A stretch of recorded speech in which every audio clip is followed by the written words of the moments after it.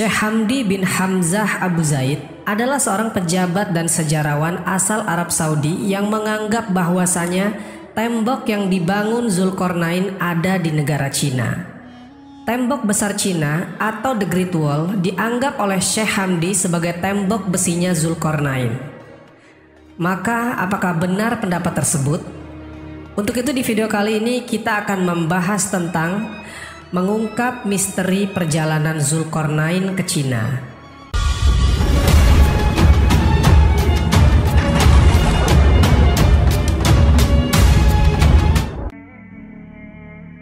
Assalamualaikum warahmatullahi wabarakatuh. Sobat Jazirah Ilmu yang dimuliakan Allah, semoga kita selalu dalam keadaan sehat walafiat. Amin ya rabbal alamin. Ini adalah video lanjutan dari video sebelumnya. Yang di video sebelumnya kita membahas tentang tembok besi Zulkarnain yang ada di Armenia. Nah, sekarang kita akan bergeser ke Cina. Ada sebuah buku berbahasa Arab yang diterjemahkan ke dalam bahasa Indonesia pada bulan Maret tahun 2007. Buku ini berjudul Munculnya Ya'juj dan Ma'juj di Asia. Buku ini ditulis oleh Syekh Hamdi bin Hamzah Abu Zaid. Di dalam bukunya, Syekh Hamdi sangat yakin dan tanpa ragu menyatakan bahwa tembok Cina adalah tembok yang dibangun oleh Zulkarnain.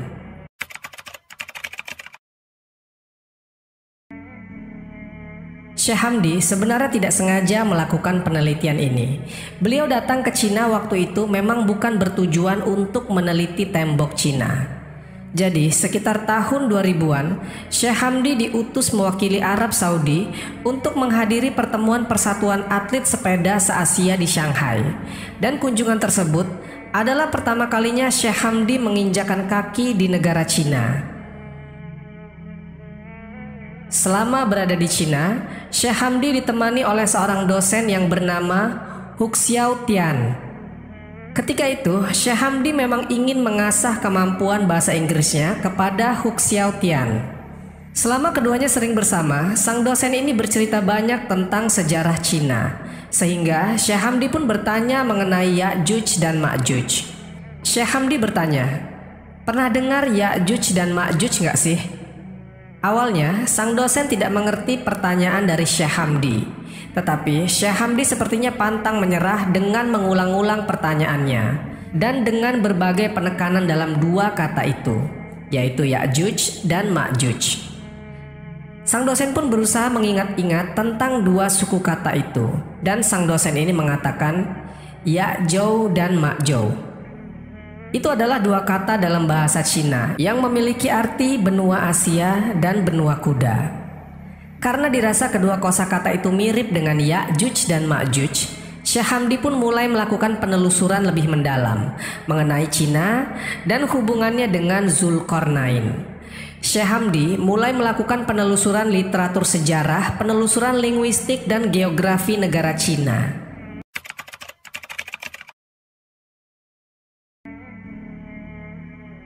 Teman-temanku seiman, dari hasil penelusuran Syekh Hamdi, beliau menyimpulkan bahwasanya Zulkarnain adalah Akhenaten yang merupakan salah satu Fir'aun Mesir. Akhenaten merupakan Fir'aun dinasti ke-18 Mesir kuno yang berkuasa antara tahun 1022 sampai 1006 sebelum Masehi. Akhenaten memerintah bersama Amenhotep III selama 11 tahun lamanya. Perlu diketahui teman-teman, Zulkarnain bukanlah sebuah nama, melainkan gelar yang kurang lebih memiliki arti dia yang memiliki dua tanduk. Sama seperti Fir'aun sebutan untuk raja-raja Mesir, dan Kaisar sebutan untuk raja Romawi. Sampai saat ini, ada 3 tokoh raja yang berpotensi sebagai sosok dari Zulkarnain ini. Yang pertama adalah Raja Alexander, atau biasa disebut dengan Alexander the Great. Ini merupakan pendapat dari Ulrich Wilken yang menyebutkan bahwasanya anak Raja Philip dari Makedonia inilah sosok dari Raja Besar Zulkarnain yang namanya banyak diceritakan dalam kisah-kisah kuno. Yang kedua adalah Raja Cyrus II, memiliki sebutan yang sama yaitu Cyrus the Great, yang merupakan raja dari Kekaisaran Achaemenida. Sebelumnya dia adalah Raja Persia yang kerajaannya terletak di Iran bagian selatan. Dan tentu saja yang ketiga adalah Fir'aun Akhenaten. Syekh Hamdi memiliki pendapatnya sendiri. Ia menganggap bahwa Zulkarnain yang disebutkan dalam Al-Quran merupakan pangeran Mesir dan keturunan Fir'aun yang bernama Akhenaton atau Akhenaten. Dalam surat Ghafir ayat 23-46 tertulis adanya percakapan antara Nabi Musa dan Fir'aun. Di situ disebutkan bahwa ada laki-laki soleh yang terlibat dalam perbincangan tersebut. Dan menurut Syekh Hamdi, Akhenaton hidup pada masa Nabi Musa dan dia merupakan anak dari Fir'aun. Setelah Fir'aun tewas ketika mengejar Nabi Musa, Akhenaten menggantikan posisi sang ayah untuk menjadi raja.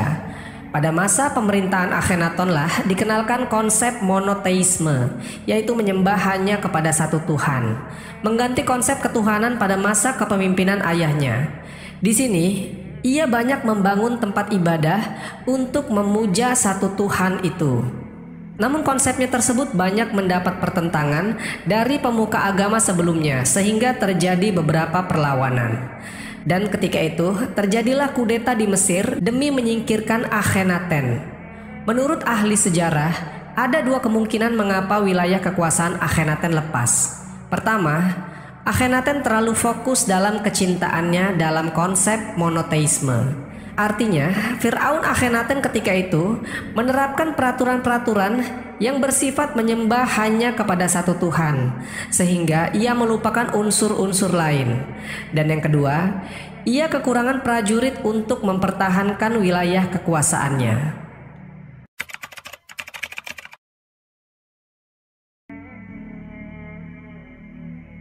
Sobat Jazirah Ilmu yang dimuliakan Allah, dari hasil penelusuran sejarah, ada informasi menarik yang ditemui oleh Syekh Hamdi, di mana sampai saat ini mumi dari Akhenaten belum ditemukan di Mesir. Bahkan mumi dari istri Akhenaten pun yang bernama Nefertiti pun tidak ditemukan. Akhenaten melakukan perjalanan panjang meninggalkan Mesir karena dia merasa bahwasanya Mesir sudah tidak kondusif untuk dia dan keluarganya tinggal di sana. Dari sinilah Syekh Hamdi mengambil kesimpulan bahwasanya Akhenaten adalah Zulkarnain yang memang tidak meninggal di Mesir, tetapi ia sedang melakukan perjalanan menuju terbenamnya matahari atau yang sekarang adalah negara Maladewa. Kemudian Akhenaten pergi menuju negeri tempat terbitnya matahari atau negara Kiribati yang merupakan negara kepulauan yang ada di Samudra Pasifik. Nah, setelah dari Kiribati, Akhenaten, keluarga dan para pengikutnya melanjutkan perjalanannya ke Cina. Dan dari sinilah Akhenaten atau Zulkarnain ini diminta bantuannya untuk membuat dinding besi. Maka Akhenaten dibantu dengan orang-orang membuat tembok besi tersebut yang sekarang bernama Tembok Besar Cina. Kemudian setelah pembangunan tembok selesai, Akhenaten pun tinggal di sana dan membuat dinasti baru yaitu dinasti Zhou.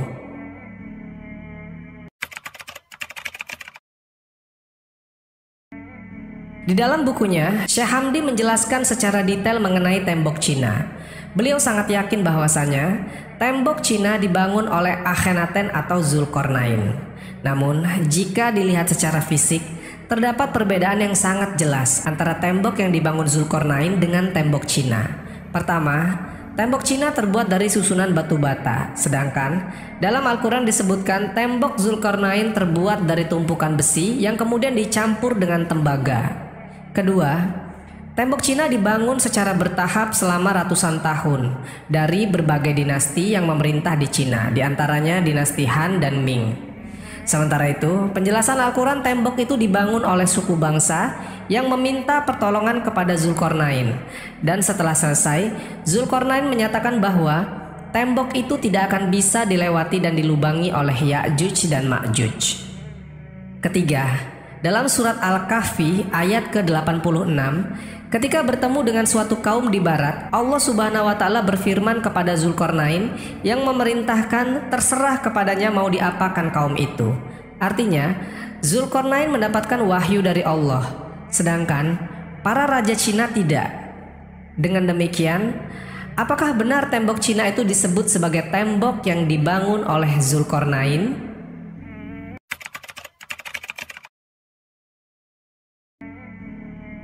Berbeda dengan penjelasan Syekh Hamdi bin Hamzah Abu Zaid, Abdullah Yusuf Ali dalam tafsir The Holy Quran menulis bahwa di distrik Hisar, Uzbekistan, sekitar 240 km di sebelah tenggara Bukhara, ada celah sempit di antara gunung-gunung batu.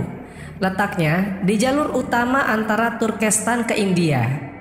Tempat itu kini bernama Buzghol Khana dalam bahasa Turki. Tetapi dulu nama Arabnya adalah Bab al-Hadid. Orang Persia menyebutnya Dar-i-Hani. Orang Cina menamakannya Timinquan. Semuanya bermakna pintu gerbang besi. Hasil foto satelit pada koordinat itu sudah tidak ditemukan lagi tembok atau pintu besi tersebut.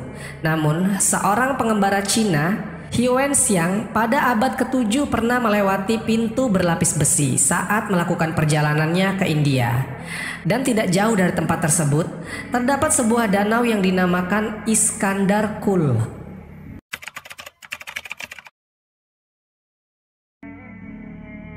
Menurut Ustadz Zainal Abidin, tembok Cina dibangun jauh sebelum masa Nabi Musa. Sedangkan di dalam penelitian sejarawan, tembok Zulkarnain dibangun sezaman dengan diutusnya Nabi Musa. Bahkan di satu riwayat dijelaskan bahwasanya Perdana Menteri dari Zulkarnain adalah Nabi Khidir. Seperti yang kita tahu, ada 4 raja yang kekuasaannya sangat luas. 2 dari golongan mukmin dan 2 dari golongan kafir. Yang 2 dari golongan kafir adalah Bukhtanasor dan Namrud atau Nimrod. Yang 2 dari golongan mukmin, Sulaiman dan Zulkarnain. Nah, ini menjadi unik. Sulaiman adalah nabi, perdana menterinya orang biasa. Sedangkan Zulkarnain adalah orang biasa tapi perdana menterinya adalah nabi. Ini membuktikan bahwasannya jika ingin membangun suatu negeri yang sukses, hendaknya komposisi kepemimpinan itu tidak boleh lepas dari ulama. Oleh karena itu, menurut pendapat yang kuat, jumhur para ahli sejarah, tembok Cina itu bukanlah tembok Zulkarnain atau tembok Ya'juj dan Ma'juj. Wallahu alam bisawab. Jadi itulah kisah tentang mengungkap misteri perjalanan Zulkarnain ke Cina. Semoga kisah ini bermanfaat. Lebih dan kurangnya mohon dimaafkan, yang benar datangnya dari Allah Subhanahu wa taala. Khilaf atau keliru itu datangnya dari saya pribadi sebagai manusia biasa. Sampai ketemu di kisah-kisah seru yang penuh makna selanjutnya. Saya akhiri. Wassalamualaikum warahmatullahi wabarakatuh.